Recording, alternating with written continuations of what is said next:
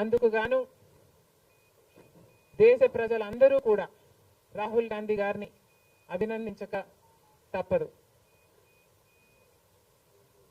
BJP party ఒక మతతత్వ party అని మతం పేరుతో చిచ్చు పెట్టడం, ఆ మంటలో చలి కాచుకోవడం బీజేపీ చేస్తున్న రాజకీయాలని మణిపూర్ ఘటన ద్వారా రుజువైంది. కాబట్టి బీజేపీ చేస్తున్న పొరపాట్లన్నీ ప్రజలు గమనించారు. కాబట్టి ప్రభుత్వానికి చెందిన ఆస్తులైతేనేమి వాళ్ళ బినామీలకు కట్టే ప్రయత్నం చేస్తున్నారు. కాబట్టి ఈరోజు బీజేపీ చేస్తున్న అరాచక పాలన వల్లనే ఈరోజు బీజేపీ పార్టీకి మెజారిటీ తగ్గడానికి కారణం. ఇంకొంచెం ఉంటే ఆల్మోస్ట్ బీజేపీ పార్టీ అసలు ప్రభుత్వమే ఏర్పాటు చేయలేని స్థితికి ఈరోజు బీజేపీ పార్టీ దిగజారిపోయింది.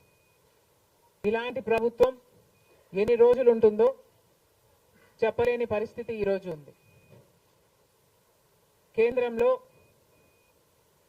బీజేపీ పార్టీ అధికారంలో ఉంది అన్న మాటే తప్ప పవర్ మాత్రం ఈరోజు బీజేపీ చేతిలో లేకుండా పోయింది. ఎందుకంటే ఈరోజు బీజేపీ పార్టీ వాళ్ళ స్ట్రెంగ్త్ కోసం ఇతరుల మీద డిపెండ్ అయ్యే పరిస్థితి ఈరోజు బీజేపీ పార్టీకి కల్పించడంలో కాంగ్రెస్ పార్టీ, రాహుల్ గాంధీ గారు, ఇండియా బ్లాక్ సక్సెస్ అయ్యారు. దేశవ్యాప్తంగా ఇది పరిస్థితి అయితే ఇక రాష్ట్రంలో చంద్రబాబు గారు కూటమి, పవన్ కళ్యాణ్ గారు బీజేపీతో కలిసి ఇక్కడ ప్రభుత్వం ఫామ్ చేయడం జరిగింది. ఈసారి జరిగిన ఎన్నికలు రాష్ట్రంలో చాలా విచిత్రంగా, అన్ప్రిడిక్టబుల్గా, అన్ప్రెసిడెంటెడ్గా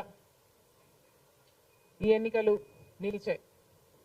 కారణం ఏమిటి అంటే ప్రజలు చాలా డిసిసివ్గా ఒక నిర్ణయం తీసుకున్నారు. మాకు మార్పు కావాలి అన్న నిర్ణయం ప్రజలు తీసుకున్నారు. కాబట్టే ఈ ఎన్నికలు ఒకే డిసిషన్ మీద ఆధారపడి జరిగిన ఎన్నికలు. For Jagan, against Jagan. ఇదొకే